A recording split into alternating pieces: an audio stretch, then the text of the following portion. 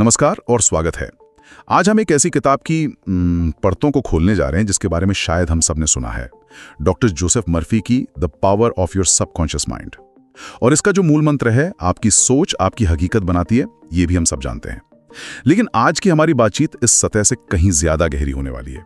हमारा मिशन ये समझना है कि जब ये सिद्धांत काम नहीं करता तो असल में मतलब गड़बड़ कहाँ हो रही होती है, वो कौन सी बारीकियां हैं जिन्हें लोग अक्सर नजरअंदाज कर देते हैं, और कैसे अपने अवचेतन मन की इस जबरदस्त शक्ति को सच में अपने काबू में लाया जा सकता है। असली जीनियस इस बात में है कि यह अवचेतन मन को हमारे अंदर एक अलग, एक शक्तिशाली हस्ती की तरह देखती है, जिससे हमें, आप कह सकती हैं, कि संवाद करना सीखना होता है। ये अपने विचारों को कंट्रोल करने के बारे में उतना नहीं है जितना अपने मन के सबसे शक्तिशाली हिस्से के साथ एक रिश्ता बनाने के बारे में है। किताब में ऐसे कई किस्से हैं जहां लोग सालों पुरानी बीमारियों से सिर्फ इसीलिए ठीक हो गए क्योंकि उन्होंने अपने अवचेतन मन को स्वस्थ होने का यकीन दिला दिया। ये कोई जादू नहीं, ये एक तकनीक है। आज हम उसी तकनीक को डिकोड करेंगे। तो चलिए सबसे पहली और बुनियादी बात से शुरू करते हैं, जहां अक्सर लोग अटक जाते हैं।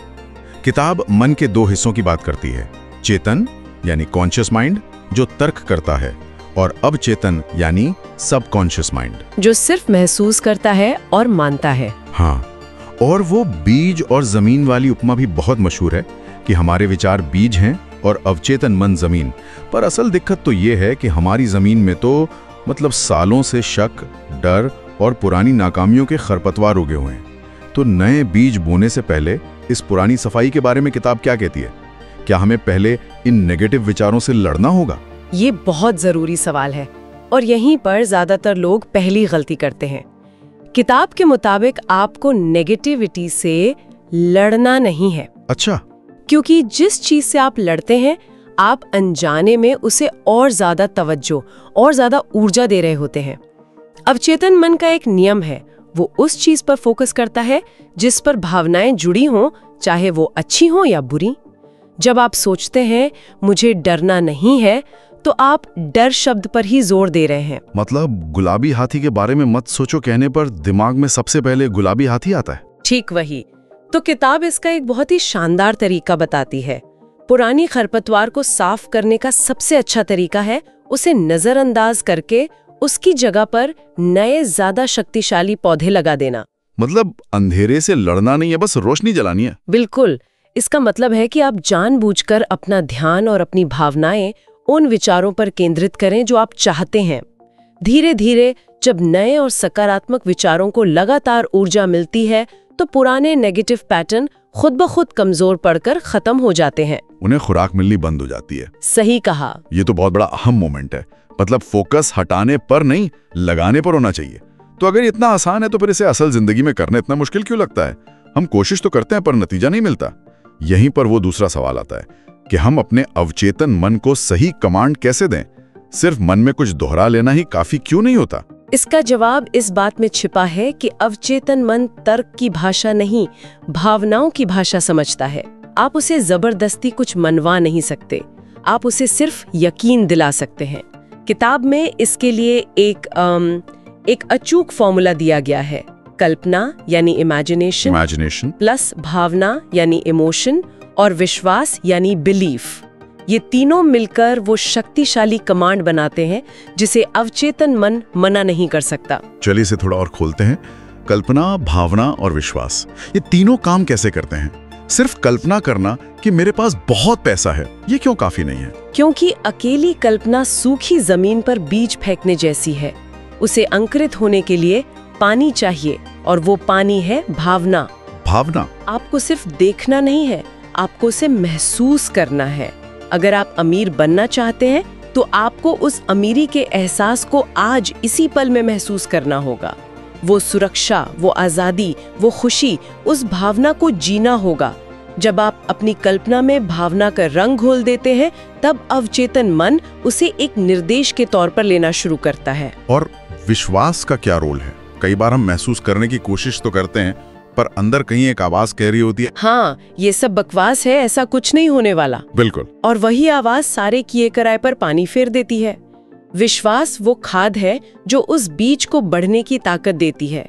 किताब के मुताबिक विश्वास का मतलब अंधविश्वास नहीं है। विश्वास का मतलब है प्रोसेस पर भरोसा करना, प्रक्रिया पर भरोसा। हाँ, ये भरोसा कि जैसे आम का बीज जमीन में डालने पर आम का पेड़ ही उगेगा, वैसे ही अपने मन में सही विचार और भावना डालने पर सही नतीजा ही मिलेगा। और इस विश्वास को बनाने का सबसे अच्छा तरीका किताब बताती है कृतज्ञता, ग्रैटिट्यूड। Gratitude, okay. जब आप उन चीजों के लिए पहले से ही शुक्रगुजार होते हैं जो आप पाना चाहते हैं, तो आप अपने अवचेतन मन को एक बहुत शक्तिशाली संदेश भेजते हैं कि मुझे यकीन है कि ये चीज मुझे मिल रही है। ये शक की आवाज को चुप कराने का सबसे कारगर तरीका है। कमाल है। मतलब ये सिर्फ कुछ पॉजिटिव शब्द दोहराने का खेल नहीं है, ये तो एक पूरी मेंटल रिहर्सल है जिसमें सीन भी है, इमोशन भी है और उस पर अटूट यकीन भी। चलिए अब इसे असल दुनिया के मुश्किलों पर लगा कर देखते हैं। स्वास्थ्य की बात करते हैं। किताब में चमत्कारी इलाज के कई किस्से हैं। क्या आप कोई ऐसा उदाहरण दे सकती हैं जिससे हमारे सुनने वाले इस प्रक्रिया को और बेहतर समझ सकें? बिल्कुल। किताब में एक संगीतकार की कहानी है। उसके हाथ एक दुर्घटना में बुरी तरह अकड़ गए थे। डॉक्टरों ने कह दिया था कि वो अब कभी पियानो नहीं बजा पाएगा। वो टूट चुका था। फिर उसने मर्फी की तकनीक के बारे में पढ़ा और उसने एक काम शुरू किया। हर रात सोने से ठीक पहले, जब मन शांत और ग्रहणशील अवस्था में होता है, उस वक्त वो कल्पना करता था कि वो स्टेज पर बैठा है हजारों लोगों के सामने और उसकी उंगलियां पियानो पर मक्खन की तरह चल रही हैं। वो सिर्फ देखता नहीं था, वो दर्शकों की तालियों की गड़गड़ाहट सुनता था। अच्छा। अपनी उंगलियों में पियानो कीज का स्पर्श महसूस करता था और उस शानदार प्रदर्शन के बाद मिलने वाली खुशी और संतुष्टि को महसूस करता था। उसने ये कब तक किया? उसने ये हर रात बिना नागा कई हफ्तों तक किया। वो अपने चेतन मन के तर्कों को, जैसे डॉक्टर ने तो मना कर दिया है, नजरअंदाज करता रहा और अपनी भावनात्मक कल्पना पर टिका रहा। किताब बताती है कि कुछ ही हफ्तों में उसके हाथों में धीरे धीरे हरकत वापस आने लगी। सच में? हाँ, उसके अवचेतन मन ने, जिसे पूर्ण स्वास्थ्य का एक नया ब्लूप्रिंट मिल गया था, शरीर की नसों और मांसपेशियों को ठीक करने के रास्ते खोजने शुरू कर दिए। कुछ महीनों बाद वो फिर से कॉन्सर्ट में पियानो बजा रहा था। वाह! ये चमत्कार नहीं था, ये उसके अवचेतन मन की प्रोग्रामिंग का नतीजा था। ये कहानी सच में रोंगटे खड़े कर देने वाली है। ये दिखाती है कि हमारा शरीर हमारे मन के नक्शे पर ही चलता है। यही बात पैसों के मामले में भी लागू होती होगी, जहां लोगों के दिमाग में सबसे ज्यादा नेगेटिव प्रोग्रामिंग होती है। जैसे पैसा कमाना बहुत मुश्किल है, या पैसे वाले लोग लालची होते हैं। हाँ, और ये विचार अदृश्य दीवारों की तरह काम करते हैं। किताब एक सेल्समैन का उदाहरण देती है जो बहुत मेहनत करता था, पर उसकी कमाई बस गुजारे लायक ही थी। उसे लगने लगा था कि उसकी किस्मत ही खराब है। मर्फी ने उससे उसकी सोच के बारे में पूछा तो पता चला कि वो मन ही मन ये मानता था कि मैं ज्यादा कमाने के लायक ही नहीं हूँ। ये उसका मूल विश्वास था। बिल्कुल। उसे एक बहुत सरल काम करने को कहा गया। क्या काम था वो? हर सुबह शीशे के सामने देखकर और रात को सोने से पहले उसे एक वाक्य दोहराना था, पूरे एहसास के साथ। वाक्य था, मैं अपने काम से लोगों की जिंदगी में वैल्यू जोड़ता हूँ और इसके बदले में यूनिवर्स मुझे भरपूर दौलत देता है। पैसा मेरी तरफ आसानी से और लगातार बहता है। ध्यान देने वाली बात है। यहाँ सिर्फ मैं अमीर हूँ मैं ही कहा गया। यहाँ उसके काम को एक ऊंचा मकसद दिया गया और पैसे को उस मकसद का एक स्वाभाविक नतीजा बताया गया। इससे उसके मन का वो पुराना विरोध खत्म हो गया। कुछ ही महीनों में उसके सोचने का तरीका बदला। वो बड़े क्लाइंट से मिलने में घबराने के बजाय उत्साहित होने लगा। उसे नए आइडियाज आने लगे और उसकी आमदनी कई गुना बढ़ गई। उसने अपनी पैसे की कहानी ही बदल दी। मतलब ये सिर्फ रटना नहीं है, बल्कि अपने लिए एक ऐसी कहानी गढ़ना है जिस पर आपका मन और दिल दोनों यकीन कर सके। ये बहुत गहरी बात है। लेकिन एक चीज है जो इन सब कोशिशों पर पानी फेर देती है, और वो है डर। नाकामयाबी का डर, लोग क्या कहेंगे इसका डर। किताब डर को कैसे देखती है? क्या वो इसे कोई दुश्मन मानती है? बिल्कुल नहीं।